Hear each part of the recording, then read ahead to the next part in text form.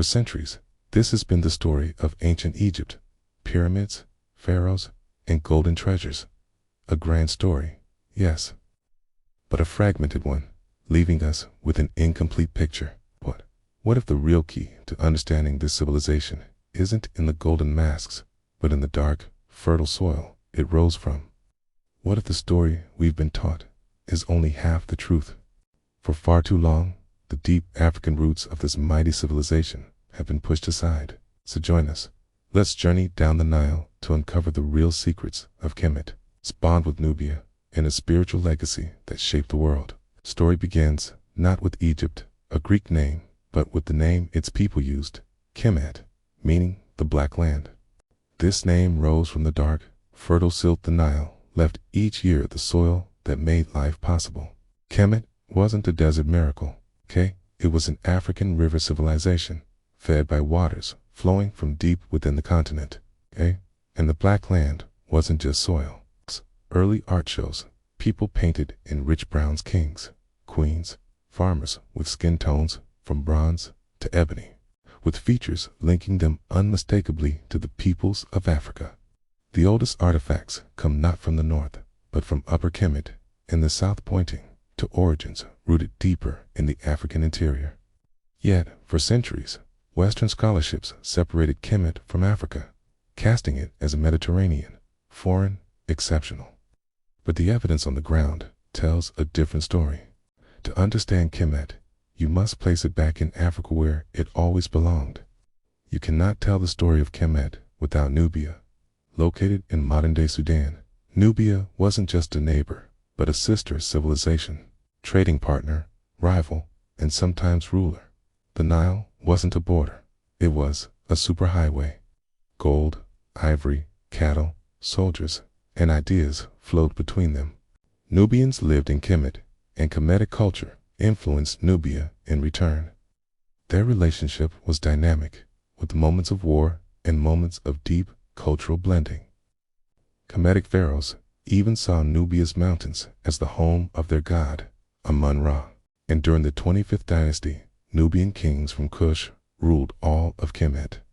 These black pharaohs didn't see themselves as outsiders. They saw themselves as restorers of tradition. They revived temples, honored Ma'at, and proudly wore crowns bearing two cobras, a symbol of unified African rule. The African identity of Kemet isn't just theory. It's carved in stone, preserved in language, and debated fiercely in modern science. Herodotus described the people as dark-skinned with woolly hair, though scholars still debate his exact wording. Cheikh Anta Diop conducted melanin tests on mummies, finding levels consistent with black African populations.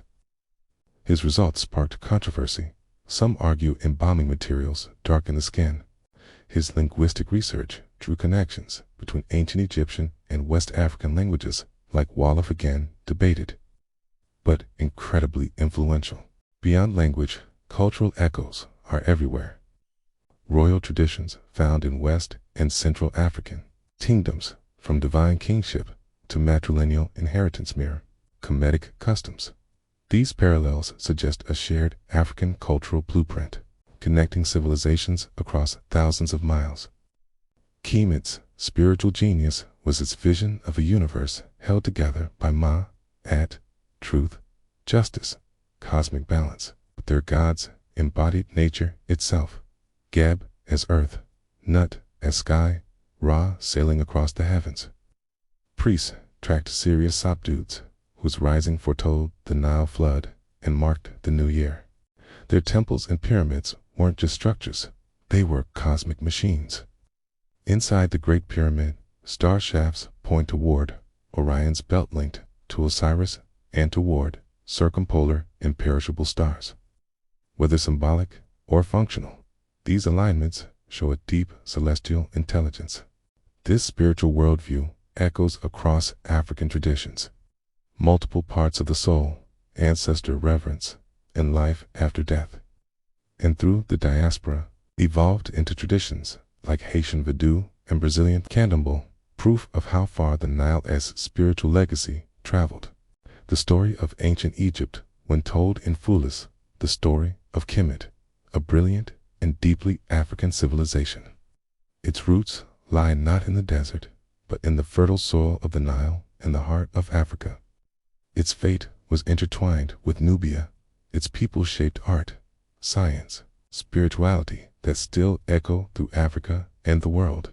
To see Kemet clearly is to correct a broken historical record and to honor Africa's greatest chapter, claiming this history matters. This is Reese from Powerful Individual. If you believe in telling the whole story, subscribe, share this video, and let us know your thoughts. What part of Kemet's true story fascinates you the most? Thanks for watching.